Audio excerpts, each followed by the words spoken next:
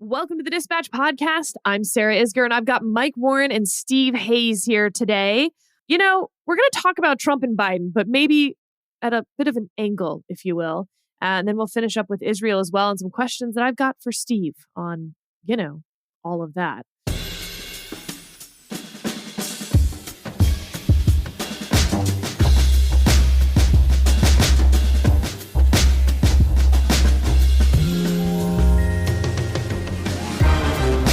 Let's dive right in. Steve, starting with Trump, let's talk about his relationship to the GOP at this point. So we now have a Speaker of the House after 3 weeks, but Donald Trump played a pretty significant role in that. He did. I mean, I think if you look at what happened on Tuesday and Wednesday of this week as House Republicans were going in for their third and then their fourth attempt to nominate a speaker within their caucus and then take that speaker to the floor. What you saw was how truly powerful Donald Trump remains in the Republican Party. Tom Emmer, who ran the National Republican Congressional Committee, helped get many of his colleagues elected, traveled the country raising money for them, worked hard to earn goodwill.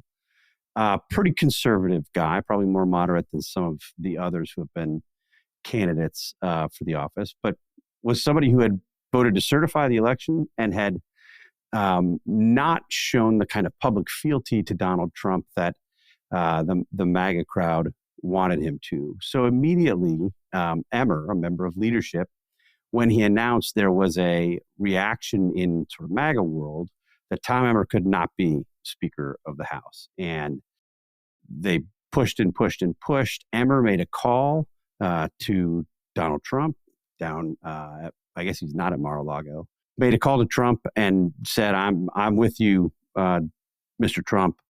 Please support my nomination. Trump talked about this publicly, sort of mused about the possibility of being supportive of Emmer. And then really quickly, when Emmer was chosen by his colleagues, nominated by Republicans, Trump gave a statement and, as Trump himself has said, killed Emmer's nomination. Emmer withdrew quickly thereafter. The irony is that all of this was happening as Donald Trump was in court listening to testimony from Michael Cohen in the fraud case that is taking place right now. And it came as Jenna Ellis, one of Trump's top lawyers, read a note of apology for her role in the post-election lies that Donald Trump and his team told. There are reports, there's a report from ABC News that Mark Meadows, Trump's former chief of staff and somebody who behind the scenes at least appeared to have played a pretty significant role in the events that led to January 6th in pushing the election lies, has an immunity deal and will be testifying against Trump. His lawyer put out a statement that CBS News, among others, covered, saying that ABC reporting was largely inaccurate, but without giving any real pushback to why it was inaccurate. We'll learn more about that, I think, in the coming days. And finally, to cover that 48-hour stretch, Mike Johnson, who is a representative from Louisiana and led the effort to build congressional support for lawsuits challenging election results in several states, really made the case, was elevated quickly and chosen eventually by his Republican colleagues and voted on the House floor to be the next Speaker of the House. Very supportive of Donald Trump. This is somebody who undertook these efforts in Congress to get support for Donald Trump and his election lies. And before that, in his media appearances, amplified some of the craziest election lies that we heard from Trump world, that voting machines from Dominion had come from Venezuela and really the nutty stuff. Johnson endorsed that. He is now the new Speaker of the House. Donald Trump is at a high or near high in the Real Clear Politics election polling for 2024, both in terms of his primary competition and the general election.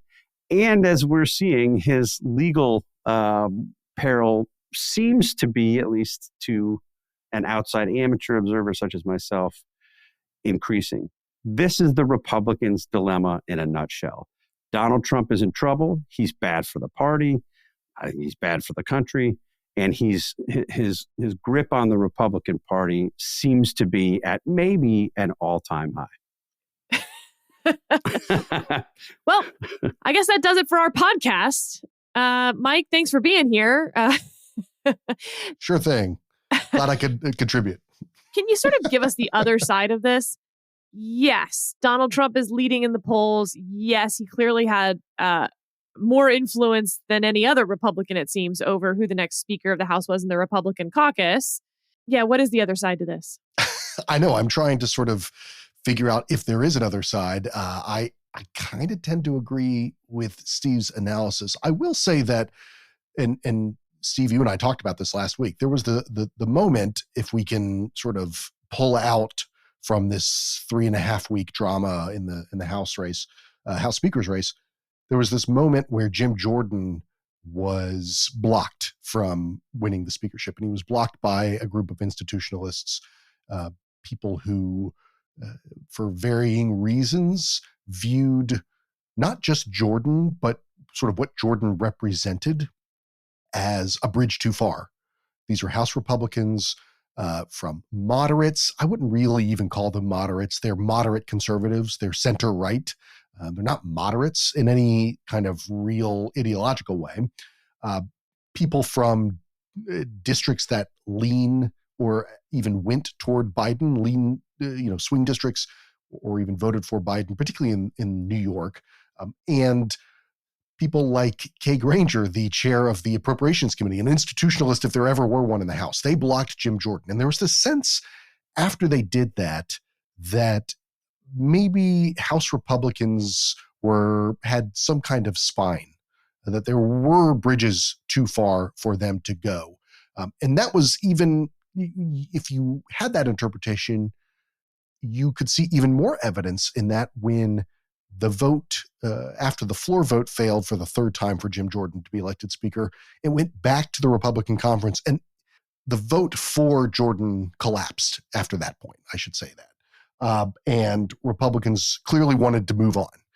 Then you had everything that Steve went through just now that happened this week with Emmer's election as the Speaker designee after Jordan, his call to Trump, Trump's essential, I'm thinking of Joaquin Phoenix in The Gladiator when he's sort of pointing his thumb, should he go up or down? And Trump pointed eventually down on Tom Emmer. I have a piece coming up. It probably will be up by the time this podcast is published, about what was going on beyond Donald Trump himself.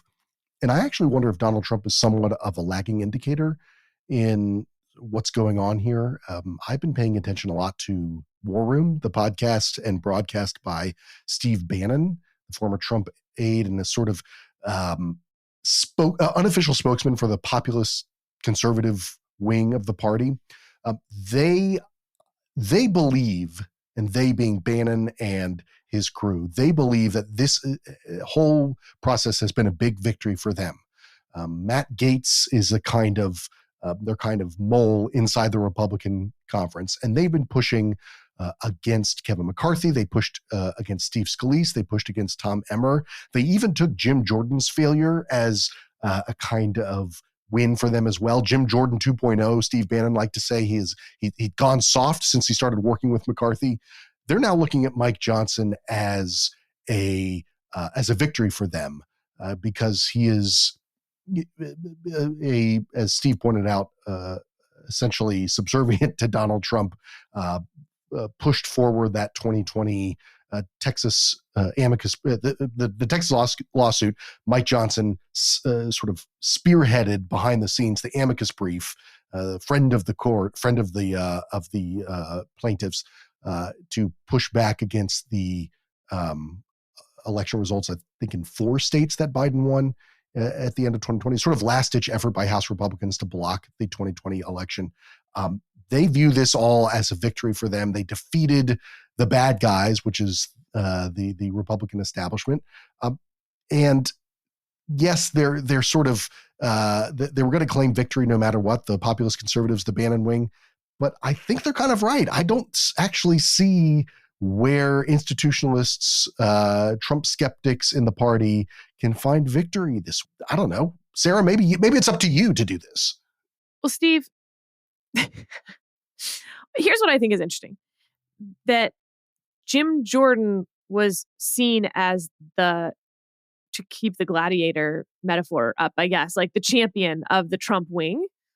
And he went down not just in flames, but like sort of bigger flames. It wasn't with a whimper. It was a bang that he went down. Kept trying, had people threatening members who weren't, voting for him. I mean, it was a huge rift within the Republican caucus. And each time they took a vote, he got further from the gavel, not closer. And so it's sort of like how I say that you can't just put the Supreme Court on an ideological axis, because Kavanaugh and Gorsuch are about the same, ideologically conservative people. So why do they vote differently so often? You've got to come up with some other reason. Well, same thing with Jim Jordan and Mike Johnson. They're the same amount of, I think, Trump friendly. They're the same amount of conservative, let's say. So why was it that the caucus was so unwilling to go with Jordan and seems actually very unified behind Mike Johnson, to the point that people think Mike Johnson might actually get stuff done? I mean, shock of shocks. Steve, what's the axis that we're missing here? I mean, Mike has a good theory that it's Steve Bannon. I hate that theory, but can't dispute it. Please tell me there's something else. Yeah, I think that Mike is right, but I think there are 2 other factors. One, I think Jim Jordan was, as you say, very aggressive in doing what he did to try to win the speakership. He disclaimed any knowledge of these pressure campaigns, but he had Sean Hannity calling or emailing people who were rumored to not be supportive of Jordan in a sort of, that's a nice office you hold there kind of mafioso way. Totally inappropriate, just as a side point, for Sean Hannity to be doing that. He claimed he was doing journalism. If he was doing journalism there, it would be the first journalism he's ever done. And in the past, when he's spoken at Republican rallies, he said he's not a journalist. He's really just a commentator. So it's sort of typical behavior from Sean Hannity, who's an utter disgrace. Hannity was doing this on behalf of Jim Jordan. So were many other outside conservative groups. There were threats to lawmakers. There were threats to lawmakers' wives. Really aggressive, over the top, sort of badgering campaign. And this is not the first time that's happened from Jordan. This is sort of how Jordan behaves. He is aggressive. He's in your face. That's why a lot of the MAGA crowd likes him as much as they do. But it's also why so many of his colleagues don't like him.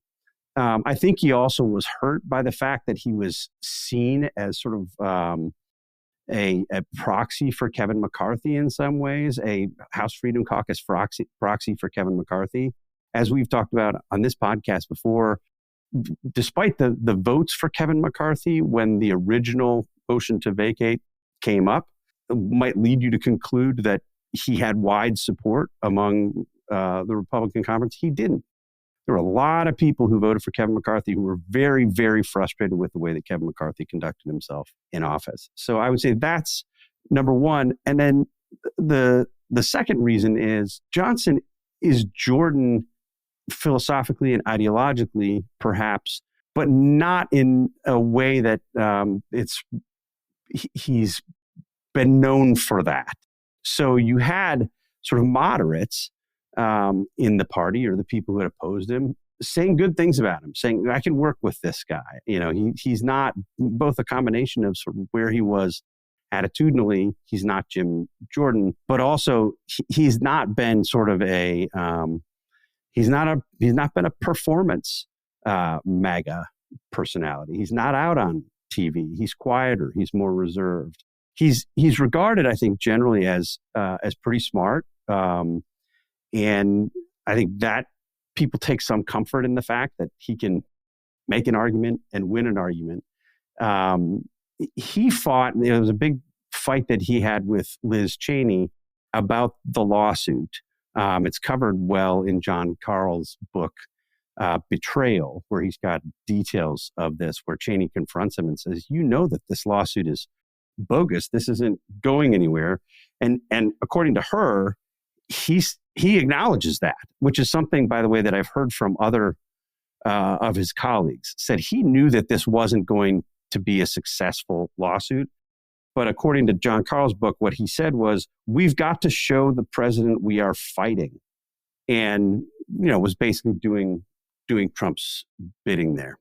Before we leave this, Mike, I do want to talk about the plea deals quickly. We have a Collision newsletter together, and we're covering that this week. And I really feel like you look around and you see people who say, these plea deals by 3 Trump lawyers prove that Trump is about to spend the rest of his life in jail forever and ever and tortured by little gremlins or something.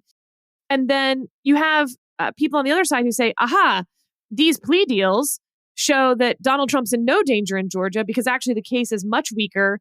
Look how, minimal the time is that these guys are pleading to. And I'll just walk through those very quickly. So, one, Jenna Ellis had been indicted on 2 felonies in the case. She pleaded to 1 felony, no jail time, 5 years probation, $5,000 restitution. Kenneth Chesbro had been indicted on 7 felonies, pled guilty to 1 felony, 5 years probation, $5,000 in restitution, no jail time. Sidney Powell faced 7 felony charges and pled down to 6 misdemeanors. No jail time, 6 years probation, $6,000 in restitution. I actually think that both sides have a great point here because, and again, we cover this in the newsletter this week, but there's 2 reasons why a plea deal like this looks this way. One reason is that the small fish can turn on the big fish. And so you have to offer the small fish something really good to turn on the big fish, like no jail time. And so you can see drastic drop-offs from charges in order to get the small fish to testify. And all 3 have agreed to testify. On the other hand, you also might see a plea deal like this when the prosecution overcharges, isn't confident they'll get something, but wants to save face and wants to sort of get some momentum. So they drop a bunch of charges just to get those guilty pleas. And if you're the defendant, it's like, well, look, if you're offering no jail time and for $5,000, I can move on with my life. I'm not going to roll the dice with a jury. You never know. Juries can be unpredictable. And so, you take the deal and you move on. And I don't know that anyone across this spectrum of commentators actually knows which one it is at this point. And I'll just add that my hunch, or rather, for the first one to be true, though, the small fish do have to have something to testify to on the big fish. And this just isn't really a case for me where we're missing facts. It's really more of a case where it's a question of does the law cover these facts? This idea that Donald Trump has hid the ball on what he actually thought after the 2020 election or what he wanted to do hasn't really been the question. So we'll see. Maybe they do have bombshell testimony that they can offer.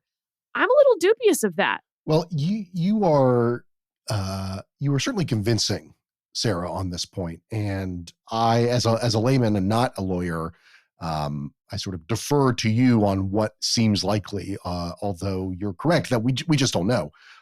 What I'm more interested in with these plea deals, and let's separate out as well Mark Meadows, because I think there's something more significant with Meadows than with these other 3. I'm more interested in what it might mean in the court of public opinion or in the court of sort of the public record to have these people who were working on behalf of Donald Trump admit publicly. Now you say, they're making a balance, they're making a decision based on, I can take this plea deal, I can plead guilty, I have no jail time, I pay a small fine. It's, outweighed by what I would be paying my lawyers. fine, I'm okay to do that, but you're still pleading guilty. And to have them on record pleading guilty and admitting essentially to saying that what they were advocating for publicly, what they were advocating for as lawyers for Donald Trump's campaign, which was that there was a fraudulent election, that there was reason to believe that in Georgia that the electors for Trump could be seated, that all of this was real. That they're essentially saying, we lied, we were wrong, we that was incorrect, and that Donald Trump was incorrect as well, I think is an important thing to get in the public record. Maybe it doesn't mean anything for Donald Trump in this Fulton County case. Maybe it does reveal that it's a weaker case than it seemed. But there's what happens in the court of law, and there's what happens sort of in public. And I think this hurts Donald Trump's reputation, such as it is, and the case that the 2020 election was stolen, which still a lot of people believe. I think this goes against the heart of his whole argument. If you still listen to him on the trail, he's still talking about the 2020 election. This is damaging for him in that realm, and I think that's what's more important. And can I just point out that, the confluence of these events this week is sort of built on this mountain of irony. You have at the same time Jenna Ellis, who she was part of these news conferences. She was a leading advocate for Trump. She was sort of one of the ones pushing this more than just about anybody, saying, hey, it was all a lie. It wasn't true. And I wish I hadn't participated in any of it. And then reportedly you have Mark Meadows saying, obviously we didn't win. And at the very same time on Capitol Hill, you have Republicans turning to somebody who was sort of one of the architects of these election lies and saying, it's really important that we have somebody who pushed these things. And you have Trump killing the candidacy, the House Speaker candidacy of somebody who voted to certify. He wasn't an outspoken critic of Donald Trump's election lies. Tom Emmer was just somebody who voted to certify. And that was enough to be disqualifying for the MAGA crowd on Capitol Hill. The fact that these two things happened at the same time, I think just shines a light on exactly what we're likely to see over the next 12 months. And can I put a quick coda on that, Steve? The read that I've gotten for why Johnson is acceptable and Jordan was not, to the sort of holdouts on Jordan, is that there is a sense that Johnson is very smart, and that in fact the push that he was doing behind the scenes, that he didn't actually necessarily believe that was actually going to work. So there's something even more sort of galling about it, because you have these people who were working on behalf of Trump essentially saying, I wish I was never part of it. And you have a new Speaker of the House who privately, part of the reason he is Speaker of the House is because people believe that he didn't actually believe what he was pushing behind the scenes. It's all just goes to the issue that I think you've been hammering on for years now, which is what people say in private, what people say in public, what people are demonstrating or are performing, and what they actually think are two different things when it comes to Trump. All right, let's move to Joe Biden. And Steve, Joe Biden looks like he might actually have a challenger in the Democratic Party. I've never heard of this guy. Tell me about Dean Phillips.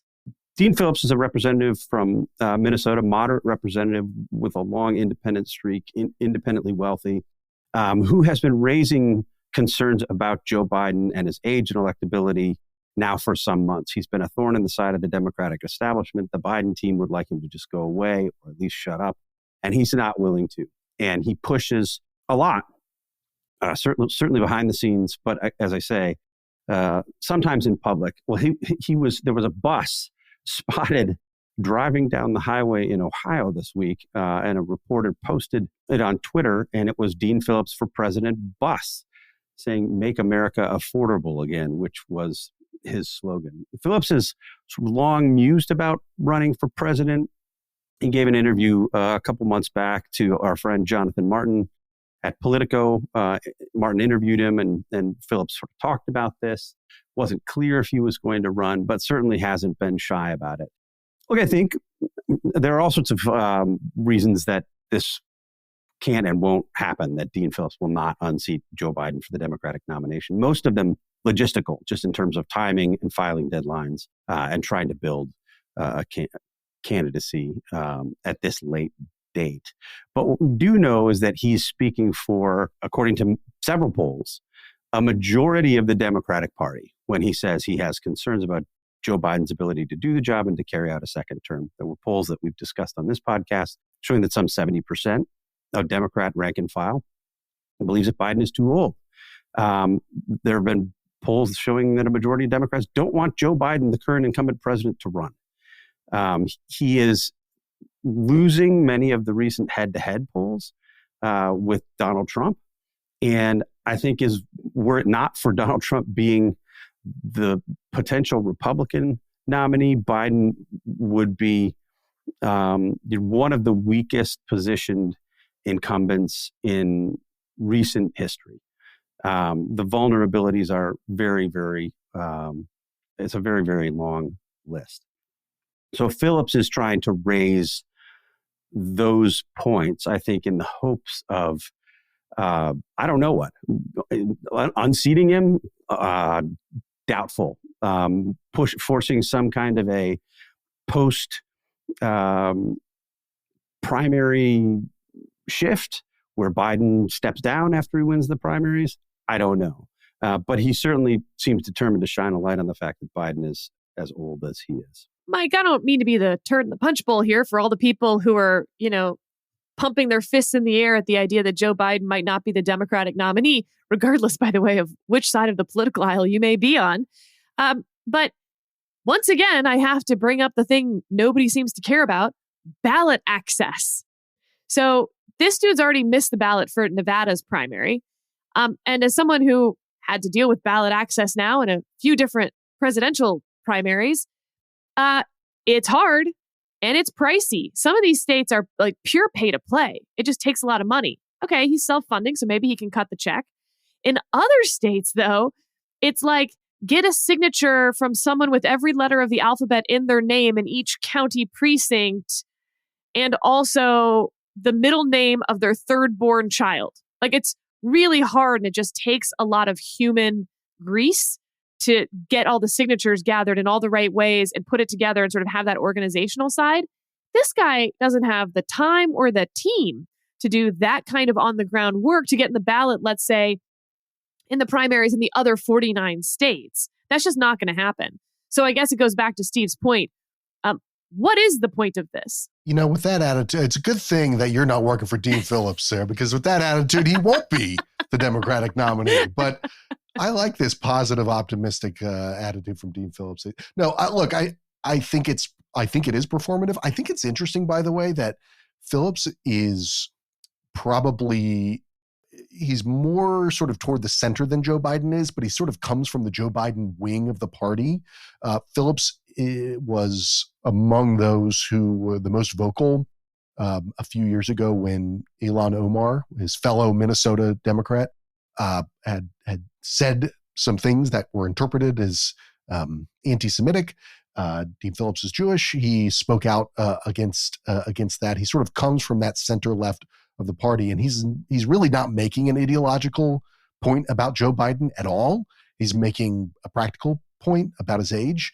And so it does lead me to wonder, so what is the point of, he's not trying to move the party my point of bringing this up is he's not trying to move the party in ideological direction. He's not trying to pull Joe Biden to the center, because Joe Biden's pretty much where the center of the party is at the moment. He's just trying to make a practical point, I suppose, that they could use somebody younger as their nominee. They could use somebody more vibrant.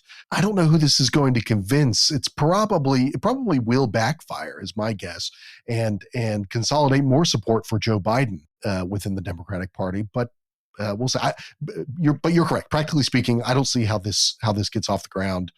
He's in a worse position than some of those Republican challengers to Trump in 2020 were. Joe Walsh and who else was it? Bill Weld. They were at least on the ballots in these states. So Steve, speaking of the center of the party, let's talk about another bad sign for Biden. Okay, he's drawn a primary challenger, but also, look, the Israel, Hamas, Gaza situation has shined a bright, hot light on a division within the Democratic Party writ large, but also division generationally within the Democratic Party that is hurting, or at least people think could hurt Joe Biden. And the administration seems torn on whether to acknowledge that divide, react to that divide, move to the center, something Joe Biden has always been very keen to do. Wherever the party is, he wants to be in the center of it. Now, when the party moves, he moves to the center of it. Well, if the Democratic Party's center doesn't have a center on this issue, there's those who are incredibly pro-Israel, and there's those who are incredibly anti-Israel. What is a Joe Biden supposed to do? Yeah. So let me just amend that last description. There are members, increasing number of members, surprising number of members to me of the Democratic Party who seem to be not just anti-Israel, but pro-Hamas, like openly pro-Hamas. You have protesters, certainly, who are making pro-Hamas arguments that go well beyond being anti-Israel or anti this campaign that they're anticipating from Israel. They're pro-Hamas. So when we talked about this in the immediate aftermath of the attacks, I was surprised that Biden had come out as strongly pro-Israel as he had for some of these reasons. And when we talked about it, my reasoning was that the attacks were so horrific and so indisputable that there was this kind of shared horror, even from people who would have identified as pro-Palestinian in the past. I didn't know how long that would last, but I was hopeful that it would last a while. It hasn't lasted. The split is obvious and it's growing. And Biden seems to be, if you read the reporting about the internal deliberations taking place at the White House, the State Department, and elsewhere, Biden seems to be increasingly attuned to this or concerned about it. Maybe for substantive reasons. Certainly there's tricky diplomacy that the White House is trying to conduct in the region, and being as pro-Israel as Biden certainly sounded at the outset would complicate that diplomacy. I think we can grant him that, but he also seems to be paying careful attention to sort of the politics of this in a way that I think we can assume that he'll continue to drift in that direction. So, Mike, it might actually be a little incorrect to say that, for instance, these college student protests that we're seeing around the country, and I'm thinking here, George Washington University students projected "Honor the Martyrs" on the school's library, which happened to be named after a Jewish alumni. You have at Cooper Union, I think now one of the most egregious of sort of stories to come out of this. Jewish students were meeting in the library. The anti-Israel protesters were threatening violence. At least that's what security thought, so much so that they locked the Jewish students into a room to protect them from the pro-Hamas, however you want to describe them, protesters, and had to get police escorts for these Jewish students to get out of the library. And you've seen versions of this, right? In Chicago, Jewish students were meeting for what amounts to like a prayer vigil. Other students screamed over them, yelling all the things we've already heard, right? From the river to the sea, and other things that at least can be interpreted as advocating violence against Jews. I think, though, that to say that those students are part of the base of the Democratic Party kind of misses it. If you asked those students, I think they would not say that at all. They wouldn't like Joe Biden. They wouldn't describe themselves as Democrats. But the problem for the Democratic Party is it's not like they're going to vote for Donald Trump or something. And so they pull the party to the left. They're not solid voters for the left, though.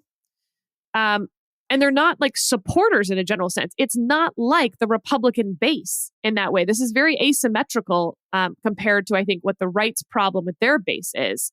So how do we think about this base problem for the Democrats? I agree with you. I think the way to think about this is not so much about voters and the base, and more about the way that what you're seeing on college campuses now, the way that that environment creates a class of people who funnel directly into Democratic campaigns and Democratic government service.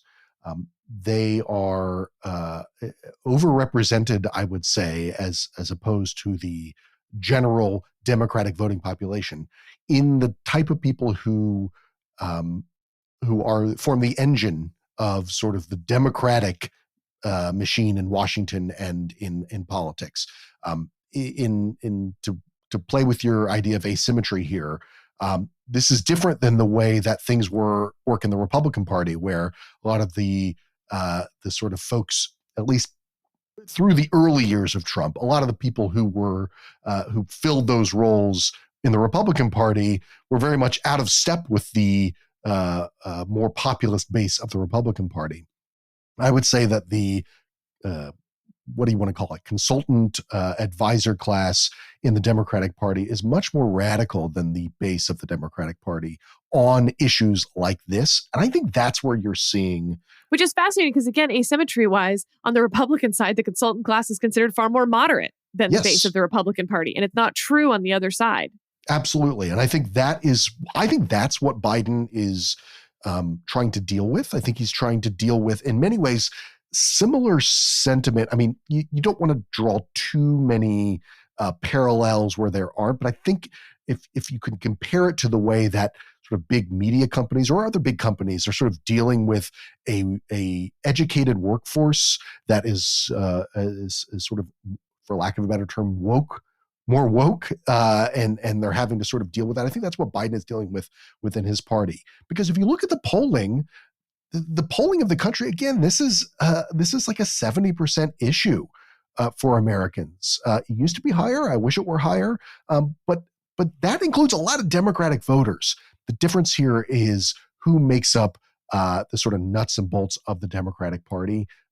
Biden would be wise to manage that with those numbers and that breakdown in mind. This is a sort of a staff problem and not a voting problem for him. Interesting. Sarah, let me push back on your assumptions. I don't agree with you. I think there's a lot we don't know. These are young people. They haven't been political for very long. We don't know if they have Democratic Party ID cards. But I think there are lots of indications that this is much more a sort of a function of sort of the political environment on college campuses and beyond. And like a lot of the cause-oriented activism that we see elsewhere on the left. There are signs, if you look at the signs at some of these rallies, that say Palestinian rights and reproductive freedom. Despite the fact that abortions... It says reproductive freedom means Palestinian rights. Freedom. It doesn't make sense.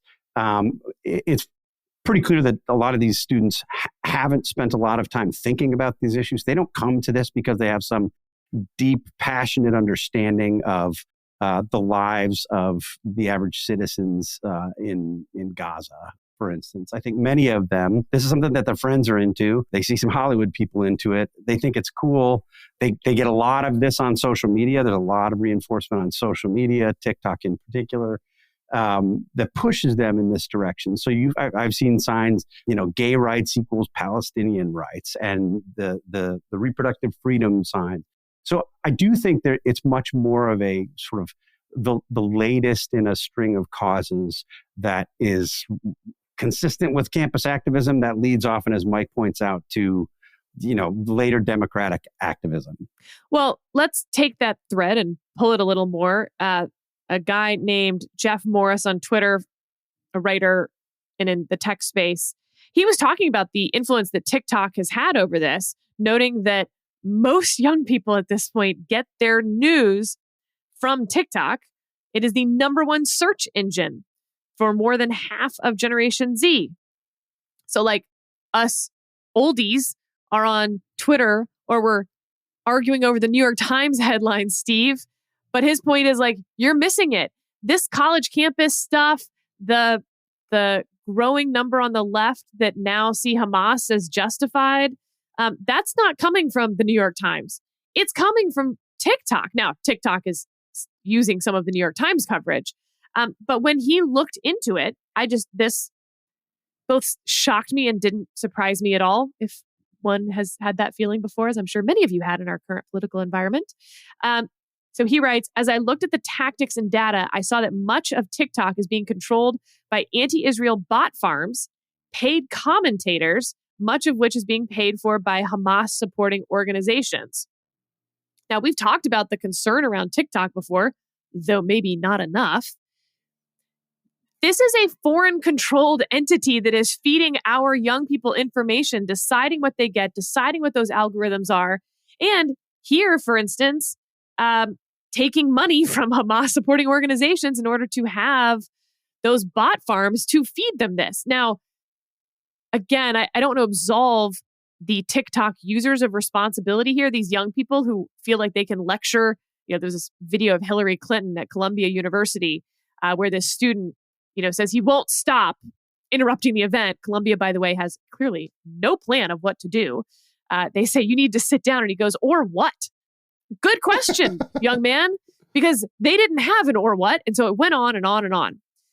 Okay, so this guy thinks he's really up on the history of this whole situation, but isn't actually smart enough to realize he's being fed this by paid groups and on an app that is a foreign country's sort of propaganda arm in the United States. I mean, it makes me a little sick to my stomach because of the power that we've given China over an entire generation of Americans, the next generation of Americans, that we need to continue this experiment ain't good, So I want to think about that then in this larger context of foreign money that is part of this debate. And as others have pointed out, our friends over at the Free Press, these schools themselves are taking hundreds of millions of dollars, billions of dollars in some cases, from the very countries that very much support Hamas. The one article I'm thinking of outlined just Qatar's support in these universities. I'll pick on my own alma mater so that people don't think I'm being mean to theirs. But, Northwestern is taking hundreds of millions of dollars from Qatar. Now, the argument is, it's to start a journalism school in that country. That money's pretty fungible, though. I bet it didn't take all that money to start the journalism school, and I bet they're using it to, again, be more competitive in the United States when it comes to rankings, because that's how you get the most elite students. And the more you can move up in the rankings and get those elite students, the more you get more money and more nicer things. And it feeds on itself.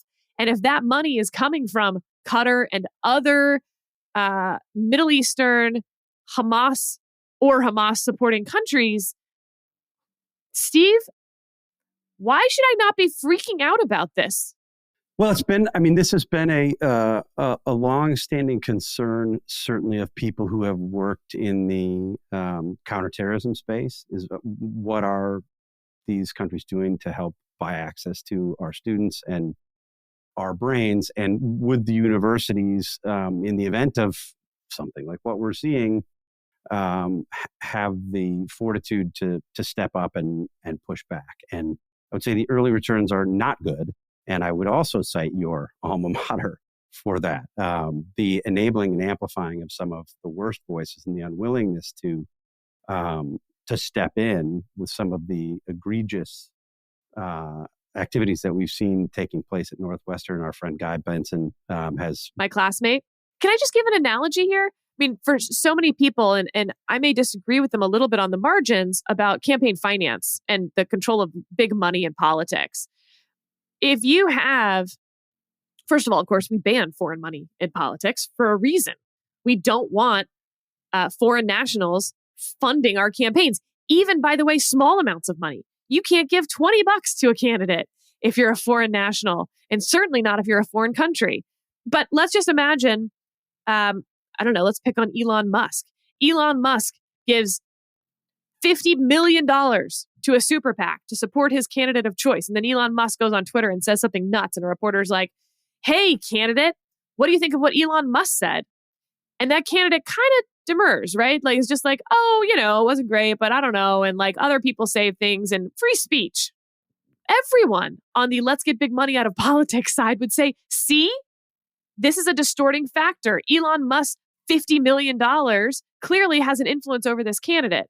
And yet, when these universities aren't putting out very strong statements protecting their Jewish students on rampant anti-Semitism on their campuses, nobody's saying, hey, maybe it's the $700 million that only Qatar gave them. That's not including UAE, Saudi Arabia. I mean, Hamas HQ is in Qatar.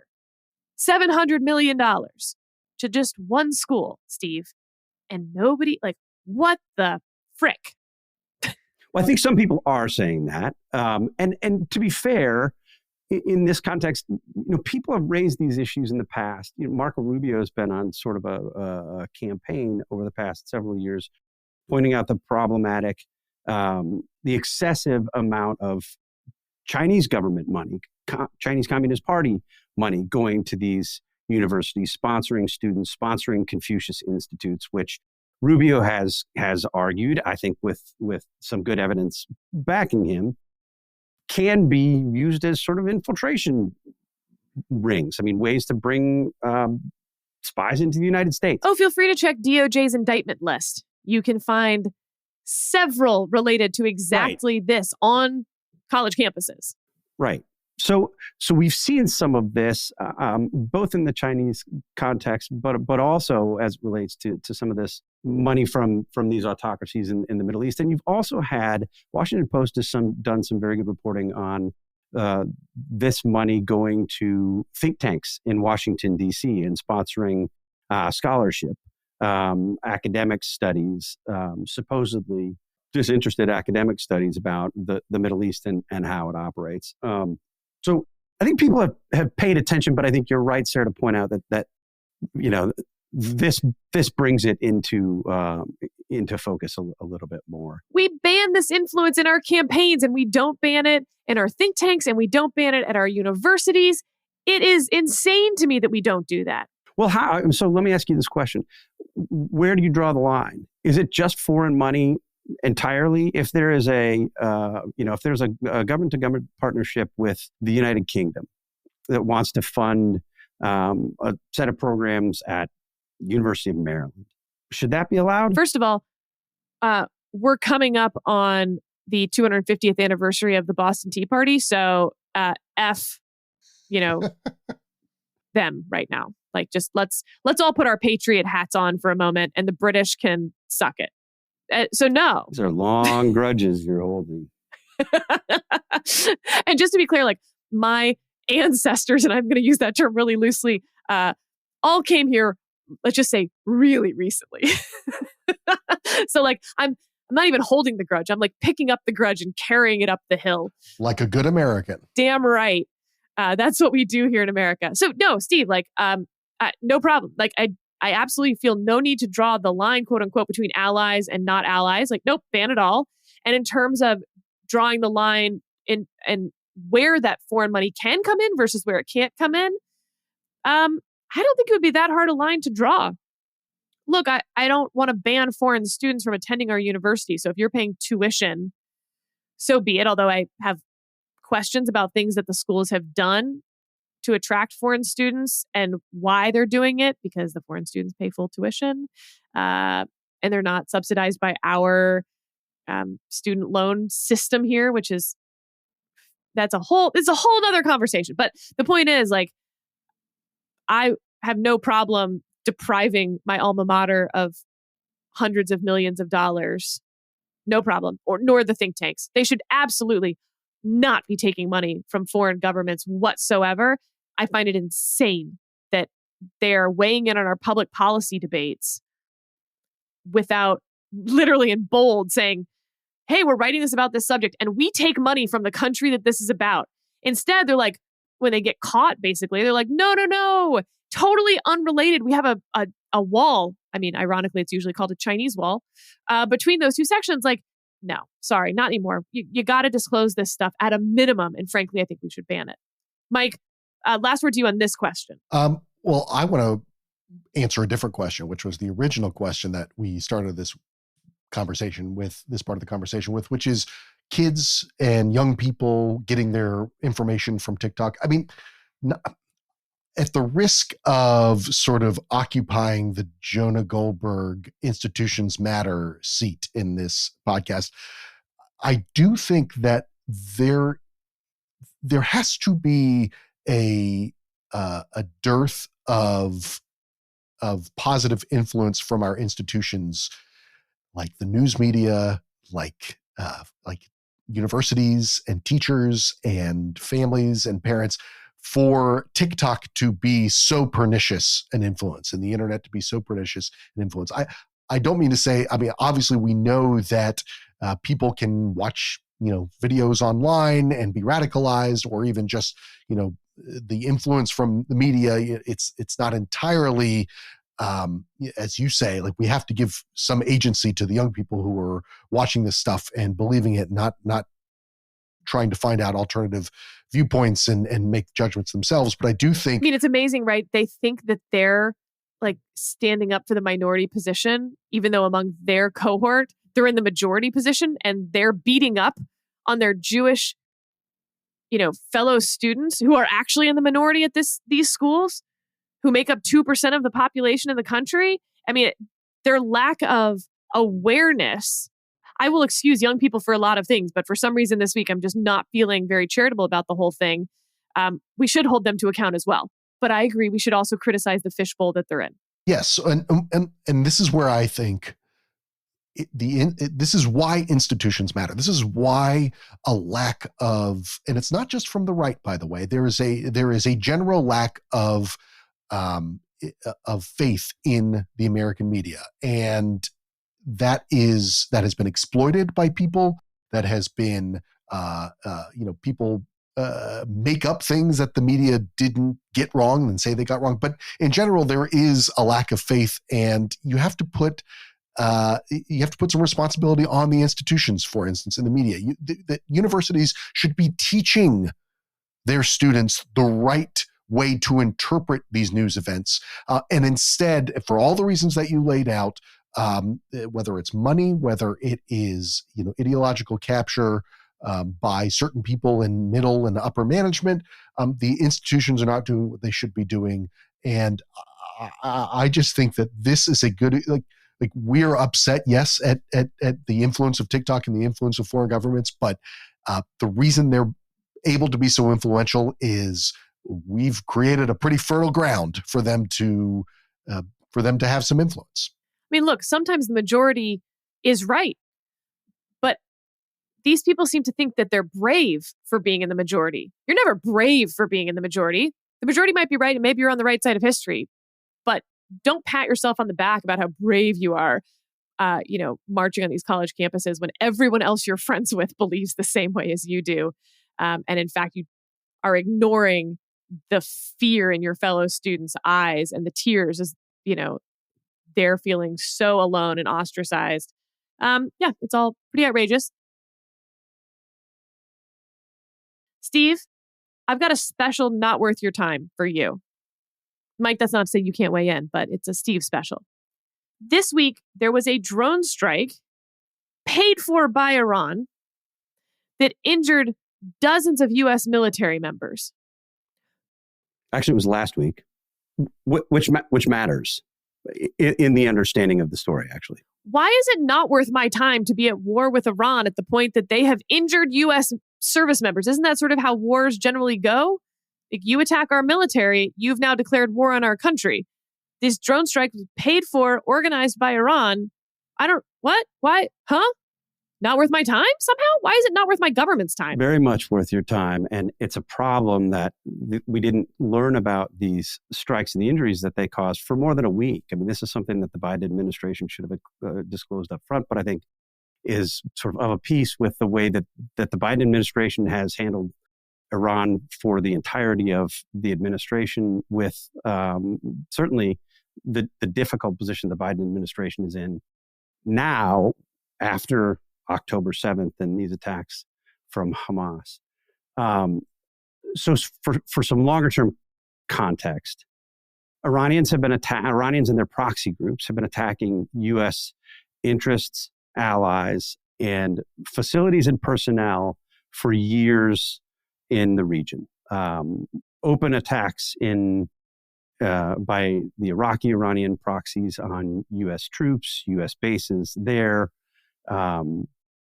After the United States took out Qasem Soleimani, the head of the Iranian Revolutionary Guards Corps' Quds Force, there was a string of attacks that the Iranians and their proxies conducted on all number of U.S. facilities and personnel. These attacks have continued but subsided in the early parts of the Biden administration. They had picked up, depending on who you believe, a little bit before the October 7th Hamas attacks, and certainly accelerated after those attacks. The Biden administration's approach to Iran, as we've discussed here before, has been sort of mutual de-escalation, which I think is an offensive frame for the entire thing. They wanted the U.S. to de-escalate because of the Trump administration's pursuit of maximum pressure, and they wanted the Iranians to de-escalate in their pursuit of nuclear weapons, and also funding and supporting these terrorist groups. Those two things are not the same, I would say, but that's the way that the Obama administration chose to frame it. There was a long article published in Foreign Affairs magazine by Jake Sullivan, the National Security Advisor, published in the print version of Foreign Affairs magazine, and then later amended without much note, laying out the Biden administration's accomplishments in the Middle East. And we'll drop a Twitter thread in the show notes to walk people through this. But basically, Sullivan was saying, because of our skilled diplomacy, we have made the region far more peaceful than it's ever been. Pointed out that the diplomacy between the Israelis and the Palestinians suggested that Iran has actually taken advantage of this opportunity to de-escalate, and that the region was more or less at peace. This was published, obviously, shortly before the October 7th attacks and everything that's happened since. Foreign Affairs allowed Jake Sullivan to effectively rewrite most of those embarrassing things for the online version of the story, which raises its own set of questions. But now, finally, getting to your question, Sarah, it's absolutely worth our time, and a major problem that the United States has been allowing the Iranians to attack U.S. interests, facilities, and personnel with relative impunity. You don't have to take my word for it. You can listen to two of the leading recently retired generals in the region, former heads of CENTCOM, led forces in the region, Generals McKenzie and Votel. Votel was speaking just this past couple days and said one of the reasons that the Iranians are conducting the attacks that they're conducting, what people called a real escalation, is because it's become routine for them to do it without any response, without any significant response from the U.S. And that the reason they're emboldened is because we have not smacked them back. That's what Votel said at a panel McKenzie, according to the Washington Post, likewise, quote, attributed the rise in attacks on U.S. forces in part to the decision not to routinely address earlier incidents. You have to respond to these things. I think the challenge for the Biden administration is that responding to these attacks, acknowledging these attacks, and acknowledging Iran as the aggressor and the enemy that Iran is, blows up the construct that they've used to deal with Iran for the preceding 3 years. They have treated, again, like the Obama administration before them, Iran as a potential friend, as at least not an adversary, doing deals with them, trying to bring them into the sort of diplomatic circle of reasonable nations. It hasn't worked. That's not Iran. It was impossible. It was a fool's errand to separate the nature of the regime from its nuclear programs. At the outset of the Obama administration, it's a mistake for the Biden administration to continue to try to do that. And I think, unfortunately, we're reaping the negative consequences of those decisions right now. All right. Well, we're going to leave it there, but I am reminded of the great sign-off from LeVar Burton in Reading Rainbow when you said, Steve, you don't have to take my word for it. So for anyone who is about 5 years older or 5 years younger than me, hope you enjoy the rest of your day. And just remember that LeVar Burton is probably a good part of the reason that you can read. Thanks, LeVar. Bye.